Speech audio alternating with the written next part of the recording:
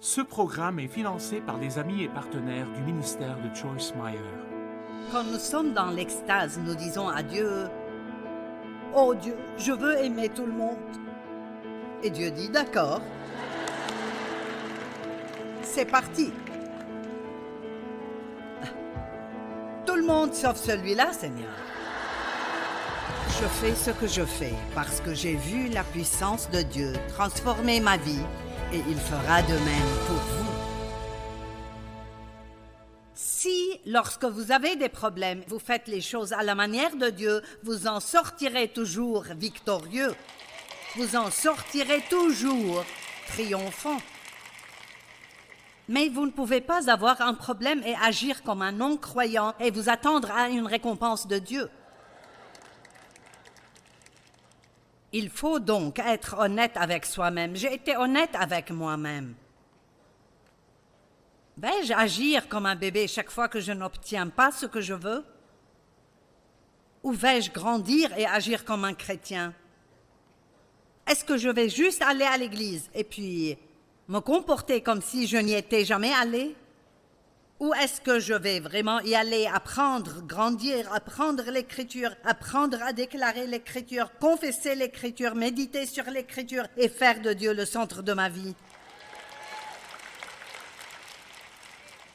Dieu ne veut pas un peu de vous, il vous veut en entier. Et il n'est pas un élément secondaire de votre vie, il est l'élément principal. Apocalypse 21, les 6 premiers versets. Puis je vis un nouveau ciel et une nouvelle terre, car le premier ciel et la première terre avaient disparu, et la mer n'existait plus. Elle n'existait plus. Je vis descendre du ciel, d'auprès de Dieu, la ville sainte, la nouvelle Jérusalem, préparée comme une mariée qui s'est faite belle pour son époux. J'entendis une voix forte venant du ciel qui disait: « Voici le tabernacle de Dieu parmi les hommes. Il habitera avec eux, ils seront son peuple et Dieu lui-même sera avec eux. Il sera leur Dieu. Il essuiera toute larme de leurs yeux. La mort ne sera plus et il n'y aura plus ni deuil, ni angoisse, ni cri, ni peine, ni douleur. Car ce qui existait avant, le premier ordre de choses a disparu.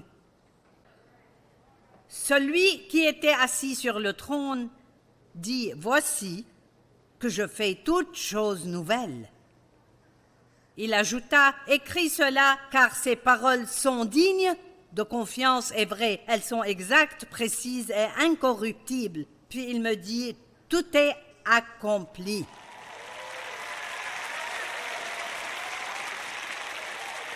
Allons, nous devons vivre cette vérité. Tout est déjà accompli. Arrêtez d'agir comme si vous alliez rester ici pour toujours. Tout ce que vous avez, c'est un passage rapide. Est-ce que ça changerait quelque chose si vous travaillez toute votre vie et à la fin vous obtenez ce que vous voulez? Non. Mais ça pourrait faire une grande différence si vous mourrez à vous-même et vous passez votre vie à aider Dieu à étendre son royaume.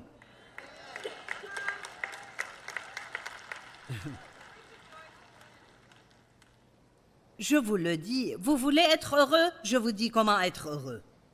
Et je peux vous dire que vous ne pouvez pas être égoïste et heureux en même temps. J'ai essayé et ça ne marche pas. On ne peut pas forcer cela et faire en sorte que ça marche. Et je dois avoir beaucoup de réunions et beaucoup de discussions avec moi-même. Arrête, Joyce. Grandis, redresse-toi, perds ton attitude. Ne sois pas égoïste, et je le suis encore bien plus que je ne voudrais l'être. Et j'y travaille encore comme vous tous, mais je suis déterminée à ne pas vivre uniquement pour moi. Amen.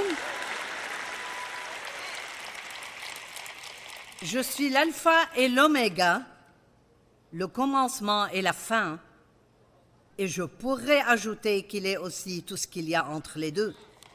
Amen. Pendant que nous mourrons à nous-mêmes, il y a des tests que nous allons traverser. Et il vaut mieux aller de l'avant et passer les tests parce qu'il y a une chose chez Dieu et son royaume, c'est qu'on n'est jamais recalé. Il faut continuer à prendre le même test encore et encore et encore jusqu'à ce qu'on le réussisse. Allez. Ah, je me souviens de l'époque où la lenteur des employés dans les magasins me rendait folle. Vous savez, quand vous allez à l'épicerie, il y a toujours une file d'attente où la caissière n'a plus de papier. Elle doit aller réparer sa caisse ou... Je priais même, « Seigneur, mène-moi à la bonne file pour que je puisse sortir d'ici rapidement. » Je fais des prières stupides. Tout était centré sur moi. Je veux sortir d'ici rapidement. Laisse-moi choisir la bonne file. Et bien sûr, je me retrouvais dans la file où il y avait la nouvelle caissière. Ou bien je faisais la queue et je découvrais que 2 de mes articles n'avaient pas d'étiquette et qu'il fallait aller les chercher. Et je devenais tellement frustrée parce que je voulais sortir de là. Je voulais rentrer chez moi et faire ce que je voulais faire. Allez, vous comprenez ce que je dis aujourd'hui?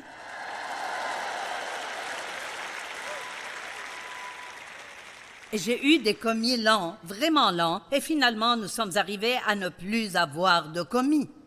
Je n'arrivais même plus à trouver un employé. Je vous dis la vérité, et j'ai finalement pensé, d'accord, c'est Dieu. Combien d'entre vous savent qu'il nous faut parfois du temps pour comprendre, oh, c'est Dieu? Ce n'est pas le diable. J'ai réprimandé le diable jusqu'à ce qu'il ne me reste plus rien à dire. Je te réprimande, diable.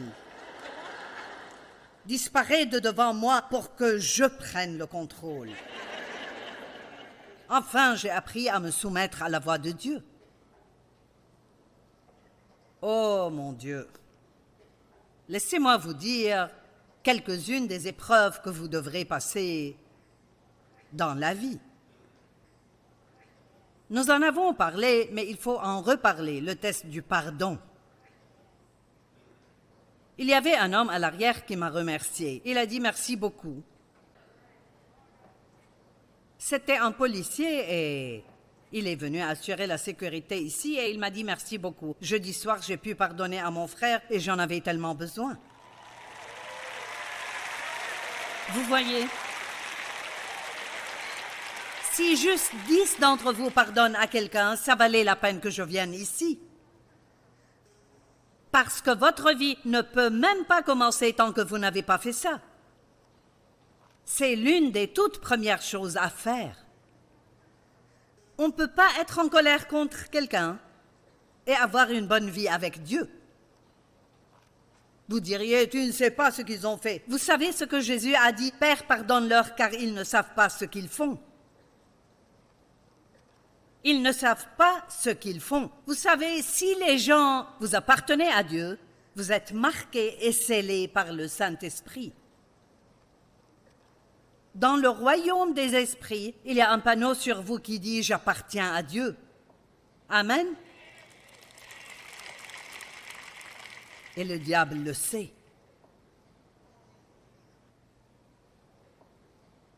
Et si les gens vous maltraitent,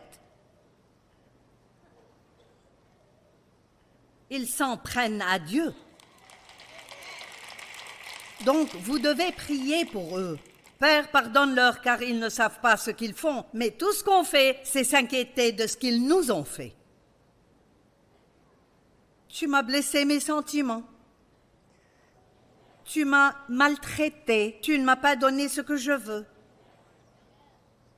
Nous pensons toujours à ce que quelqu'un n'a pas fait pour nous au lieu de penser à ce qu'il se fait à lui-même.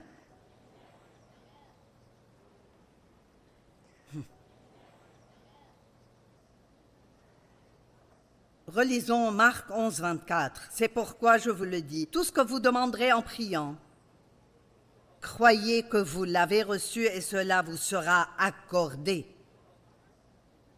Remarquez qu'il ne vous dit pas quand vous l'obtiendrez. Dieu aime jouer ce jeu. Il dit que vous l'obtiendrez, mais cela peut prendre 5 ans. Il se peut que vous deviez passer par le processus pendant 5 ans. Et lorsque vous priez, si vous avez quelque chose contre quelqu'un, une chose est sûre, vous attendrez jusqu'à ce que vous obéissiez au verset 25.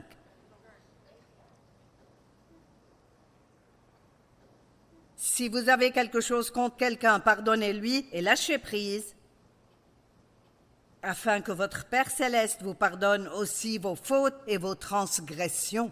Vous voyez, quand vous avez de l'amertume et un manque de pardon, ça entrave votre relation avec Dieu. Il n'y a rien qui vaille la peine de faire cela. Mais si vous ne pardonnez pas, votre Père céleste ne vous pardonnera pas non plus. Il faut réussir ce test du pardon. Donc, attendez-vous à ce que quelqu'un vous fasse quelque chose que vous n'aimez pas. Et lorsqu'il le fait, vous n'avez qu'à dire « c'est mon test ». Je vais le réussir. Fais de ton mieux, mais je te pardonne. Le test de la fidélité. S'accrocher à quelque chose longtemps après que les émotions ont disparu. Vous savez, j'ai parlé récemment à des responsables et j'ai failli intituler le message « Les 10 premières années du ministère sont amusantes ».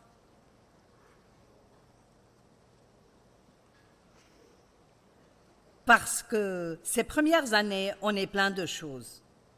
Vous êtes plein de votre rêve, de votre vision, et vous êtes sur l'estrade et vous avez révérend devant votre nom et tout est si beau. Et puis tout d'un coup, plus personne n'applaudit ni n'acclame et vous vous retrouvez avec le travail. L'année dernière, nous avons organisé notre 40e conférence de femmes et je me souviens que quelqu'un m'a dit « Es-tu enthousiasmée pour la conférence ?» Je l'ai regardé et j'ai dit « Non ». Et il m'a regardé comme si j'avais commis un péché capital. « Qu'est-ce que tu veux dire ?» J'ai dit « Je ne suis pas enthousiasmée, mais je suis engagée. » Qu'allez-vous faire quand les choses deviennent routinières? Serez-vous toujours engagée? Ou abandonnerez-vous parce que ce n'est plus enthousiasmant? C'est ce que font les gens dans un mariage. La lune de miel ne durera pas éternellement. Vous allez découvrir que ses pieds puent et qu'il laisse ses sous-vêtements par terre. Vous n'aimez pas sa façon de presser le tube de dentifrice et tout ça. Je ne savais même pas que Dave jouait au golf quand on s'est mariés. Pendant toute la durée de notre relation, il ne jouait pas au golf. Dès que nous nous sommes mariés, il m'a dit un jour, toute sa famille venait et j'essayais de préparer notre petit appartement. Et il a dit, je vais sortir et faire une série de coups. J'ai pensé, qu'est-ce que c'est? Eh bien, c'est quand vous sortez, vous entraînez et vous frappez une balle après l'autre. C'était notre première dispute. J'ai dit, tu vas rester ici et m'aider à nettoyer la maison. Ta famille va venir. Non, je vais faire une série de coups. Allez, les émotions ne vont pas durer éternellement. Et même dans votre mariage, il se peut que vous devriez prendre une décision, que votre chair dit « c'est fini ». Allez, votre chair dit « je ne supporterai pas ça, je ne vais pas vivre comme ça le restant de ma vie », mais vous feriez mieux de vous calmer pour voir ce que Dieu vous dit.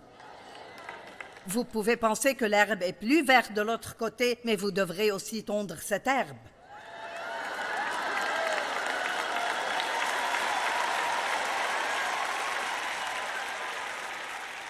Autant garder celle que vous avez, au moins vous y avez mis quelques années. Et laissez-moi vous le dire, si Dave va au paradis avant moi, il n'y a rien ni personne sur cette terre qui pourrait me faire me remarier. Et ce n'est pas parce que je n'ai pas eu un bon mariage, j'aime mon mari. Mais je vais vous le dire, il faut beaucoup de temps pour les former.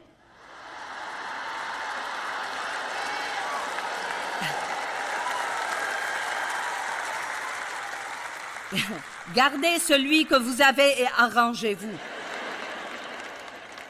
À moins, bien sûr, que ce soit une personne abusive, il y a des raisons pour lesquelles vous ne pouvez pas rester avec quelqu'un. Mais soyez une personne fidèle, soyez un ami fidèle. Ce matin, Christine était ici et nous parlions d'elle. Elle est ma fille spirituelle. Et vous savez quoi? Nous nous voyons peut-être 4 fois par an. Mais peu importe sur quel continent elle se trouve ou dans quel pays elle se trouve, si j'ai un problème, je peux l'appeler et elle prendra le prochain vol et sera là pour moi. Et je le sais. Nous n'avons donc pas besoin de nous prendre dans les bras 6 fois par semaine. C'est une amie fidèle. Amen.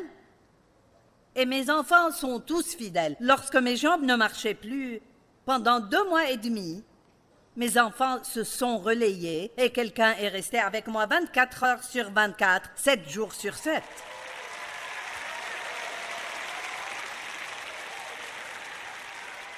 Ils ne me laissaient pas seule. Ils étaient là pour moi, ils sont restés toute la nuit avec moi. Ils se sont relayés et sont restés toute la journée avec moi. Nous devons apprendre à être là les uns pour les autres. Amen. Le test de la fidélité. Le test du baiser de Judas.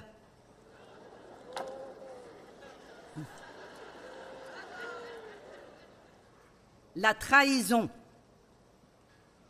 La trahison de quelqu'un que vous aimiez et que vous pensiez qu'il vous aimait.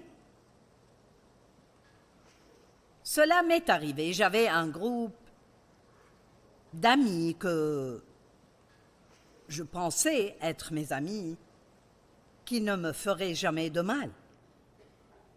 Dès que vous commencez à penser cela de quelqu'un, vous vous préparez des ennuis. Quoi qu'il en soit, Matthieu 26, 47 à 50, il parlait encore quand Judas, l'un des 12, arriva avec une foule nombreuse armée d'épées et de bâtons, envoyés par les chefs des prêtres et par les anciens du peuple. Celui qui le trahissait leur avait donné ce signe: l'homme auquel je donnerai un baiser, trahi par un baiser. 49. Aussitôt, il s'approcha de Jésus en disant « Salut, maître !» et il l'embrassa. Quel fourbe! Et il le serra dans ses bras et l'embrassa. Et regardez la réponse de Jésus. Jésus lui dit « Mon ami ». Il l'appelle toujours ami, même après cela. Le test du rejet. Satan utilise le rejet plus que tout pour empêcher les gens d'avancer.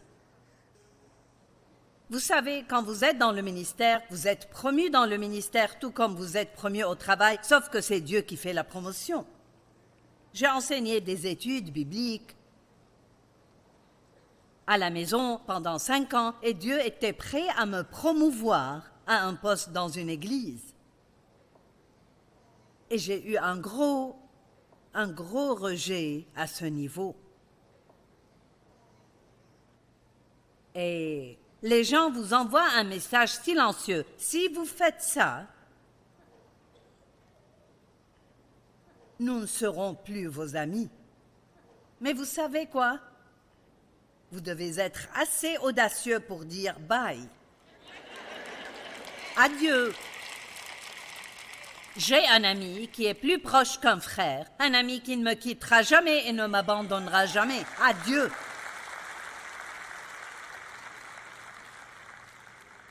Parce que Dieu peut remplacer ses amis, mais rien ne peut le remplacer.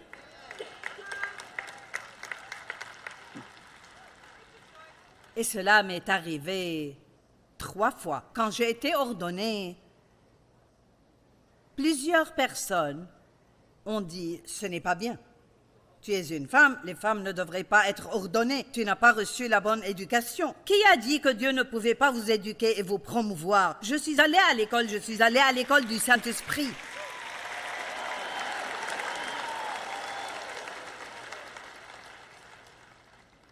Et j'aime ce verset, Psaume 27, 10. « Même si mon père et ma mère viennent à m'abandonner, L'Éternel m'accueillera et m'adoptera comme son propre enfant.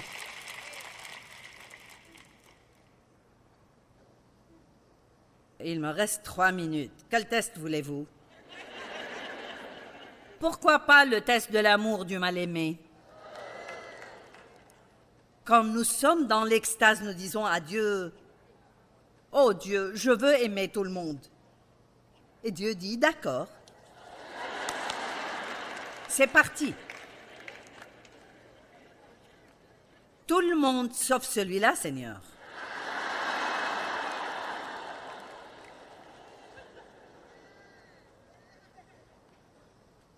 Et dans le chapitre 6 de Luc, il déchire tout. Il dit, si vous aimez ceux qui vous aiment, quelle reconnaissance en avez-vous? Les pécheurs aussi font cela. Et il continue avec ça. Non, nous sommes moins pour aimer les gens qui ne sont pas faciles à aimer. Nous sommes moins pour aimer les gens qui ne nous aiment pas.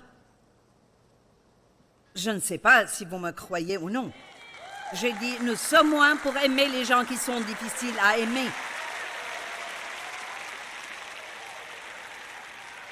Et rappelez-vous, l'amour n'est pas un sentiment, c'est une décision sur comment vous allez traiter les gens.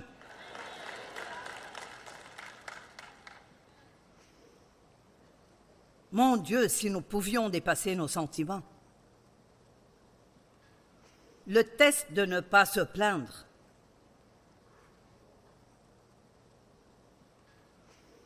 Oh, pouvez-vous avoir une épreuve et ne pas vous plaindre? Mon Dieu, et si vous êtes venu à cette grande conférence et puis vous allez chercher votre voiture et vous avez un pneu crevé? C'est vraiment incroyable. Je donne mon temps et mon argent. Je vais à cette conférence et maintenant je reviens ici et mon pneu est à plat. Non, c'est là qu'on se dit, bon, je vais appeler quelqu'un pour réparer ça. Oui, c'est dur, c'est si dur. Il faut... Parce que ça veut juste sortir de votre bouche. Le test de la paix dans la tempête. Le test de l'attente de Dieu est de ne pas prendre les choses en main. Je vais vous lire les autres. Le test des motivations pures. Ce n'est pas ce que vous faites, c'est pourquoi vous les faites qui importe à Dieu. Pourquoi suis-je ici? Certainement pas pour vous impressionner. Il y a des gens, au fond, ils ne comprennent pas vraiment. Ils disent, c'est un beau spectacle. Je dis, mes amis, ce n'était pas un spectacle.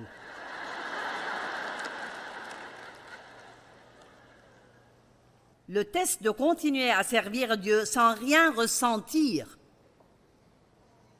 Je vous le dis, j'ai un ami très spirituel, et à chaque fois que je lui parle, il a eu une visite d'ange où il est monté au ciel, où Dieu l'a visité, et je me dis, suis-je un cancre spirituel?